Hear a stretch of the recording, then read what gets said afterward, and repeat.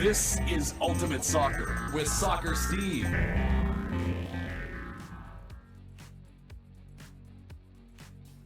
And welcome to another edition of The Exchange, guys. Tonight on the Ultimate Soccer Show, we're talking to Ryan Anderson. You know, Ryan from the TFC Midwest podcast.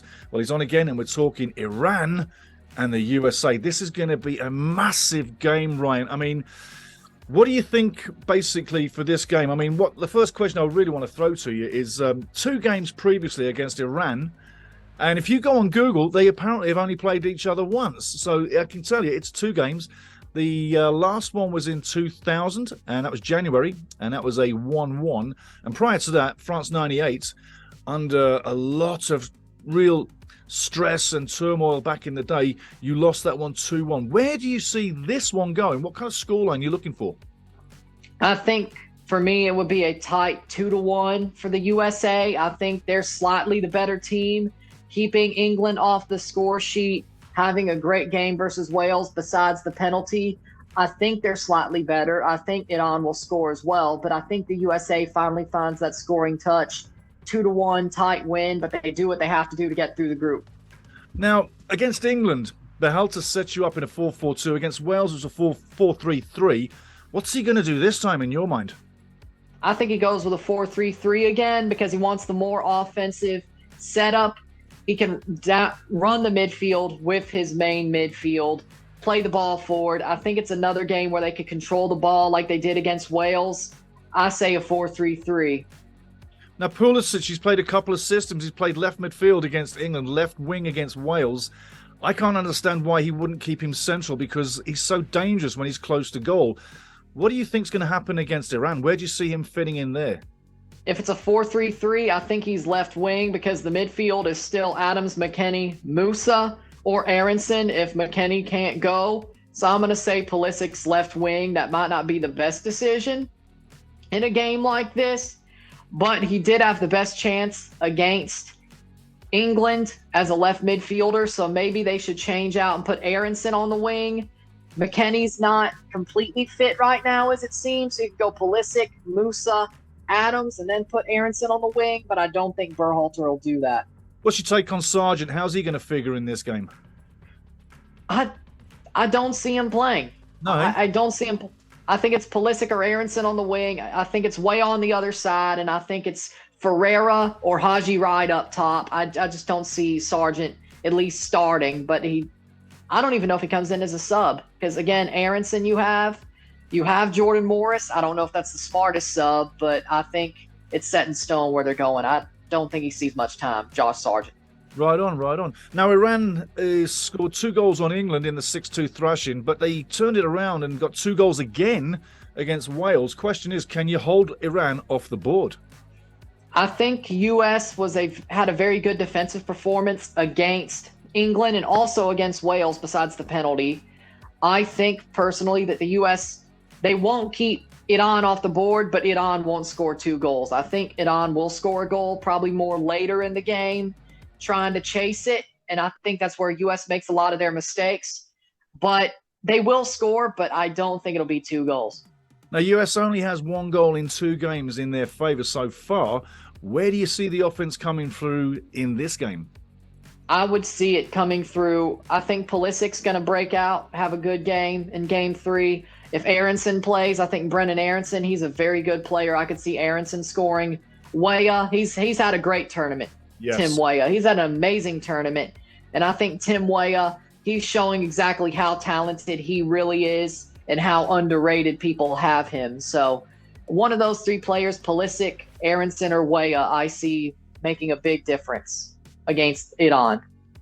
Now, what's the feel from the nation there? What are the American fans feeling about the World Cup so far? But what are their thoughts on this final game? Are they fearing this game? Are they looking forward to it? What's their take? So far through the World Cup, I think U.S. fans are very impressed with the England draw. I think they're still angry about the Wales draw, but I think U.S. fans are quietly confident for this game. I think with that English performance against the English, I think the U.S. fans think they definitely can win this game, and they're more likely to win this game. I think there's a quiet confidence. Of course, with Berhalter, you can't really expect much and you can't really open your mouth. But I think it's a quiet confidence. I think the fans can see themselves winning and going through the group. But there's definitely a belief that this U.S. team can at least grind out results against teams that are better than them. So that means they should be able to beat teams that are worse than them or lower than them. Now, let's just per se play devil's advocate. I don't want to wish this, but let's open this can of worms. Let's per se the US doesn't get the result and doesn't get out of the group. Is that then time for Berhalter to go? I think that is time for Berhalter to go. If he can't get out of the group, which is what they brought him in for, he needs to go. Now, I know the U.S. Soccer Federation will probably do their nepotism, cronyism, and keep him, even if he doesn't get out of the group because he got them to the World Cup. But what I've seen from the U.S. is the talent is good enough. The talent is young, but they have potential. They're good enough. But Berhalter, I don't think he's the right manager for him. I don't even think he should stay if they get knocked out before the quarterfinals. I think it's another Southgate situation brewing if they go far. And if they get out, I think it's a Tata Martino situation brewing. I think even if they do get far, Berhalter should go. And I know the U.S. Federation will not do anything about that, especially if they get knocked out of the group. But I think Berhalter should go. In most cases, I think he should go. Right on, right on. Now, looking at the bookies and the odds, it's a 50% sway towards the US to win this. It's 23% in favor of Iran, and it's 27% in favor of a draw. So there's the odds for everybody just to get their heads around. So it's looking like, yes, the favorite coming in is the US. Now, looking at the competition so far, within the US team or squad, from your opinion, who's impressed the most that really you didn't think was going to impress that much? I have to say, Timothy Weah wowed me. I didn't really expect this much out of him so far. I knew he's a good player. I thought he's a good pickup for the U.S., but I didn't expect this much out of him. I thought he was rated about perfectly. He's a good player, but he's not this star. But I think Tim Weah is about to get a star move. I think he's had a great World Cup. He's exceeded expectations, even though it was a goal. But even that performance against England, I think Weah could definitely make a move to the Premier League in January or in the summer. I think it's very likely.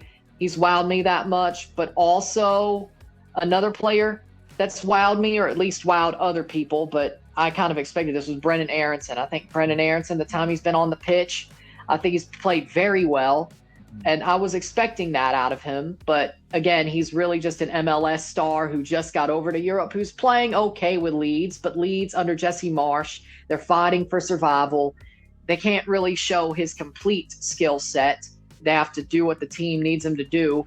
But with the World Cup team, I think Aronson is showing why he was such a star in MLS, why he was such a young starlet, and why he moved over to Europe. So Weah and Aronson, for me, are the two biggest revelations so far. I think. On the flip side of that, who's really disappointed so far? Who really hasn't carried it? I honestly think Weston McKennie. Weston McKennie. I know he's hurt. I know he has a knock and he's carrying that knock. But Weston McKennie, I've seen better performances throughout qualifying, through Nations League, through Juventus. I've seen way better performances. I know he could do better. I know he could show out better. McKennie, it's just his performance of the World Cup. Even if he has carrying a knock, I still expect better from him. Maybe the knock is the reason he's not as good as he is. I think that could have something to do with it. But most U.S. players have at least been at expectations. I think McKennie's been a little bit under. And finally, what do you think the game is going to give us for a scoreline on the final of 90 minutes plus? What are you looking for there? I say United States 2, Iran 1.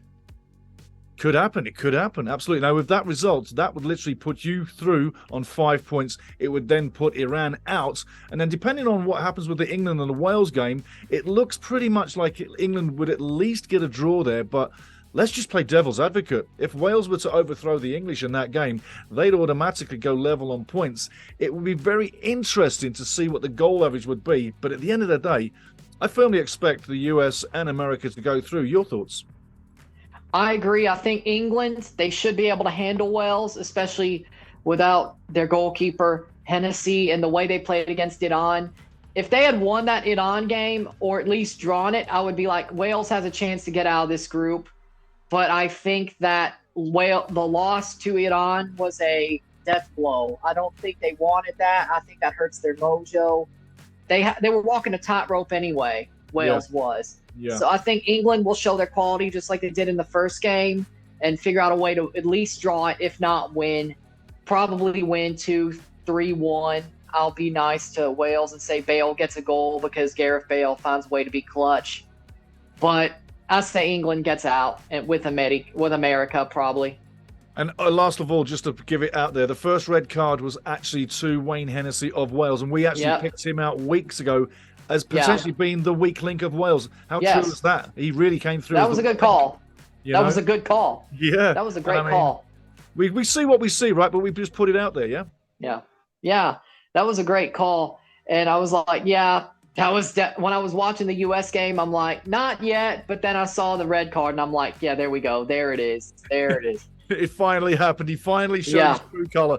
But big fella, I tell you what, great fortune. I wish you and America and all the America fans great fortune on this game. I mean, obviously, I wish the best for Iran as well. I'm Mr. Impartial, but let's go for America. Let's go for the win. Let's get them in the next round, and let's have another one of our picks get through. But Ryan, thanks very much for your time, mate. The best of luck, sir. Cheers. I was happy to be here. Let's see how the next match on Tuesday goes, and let's have a good win, USA. I'll see you soon, and let's have a good rest of the World Cup as well. Thank you for having me.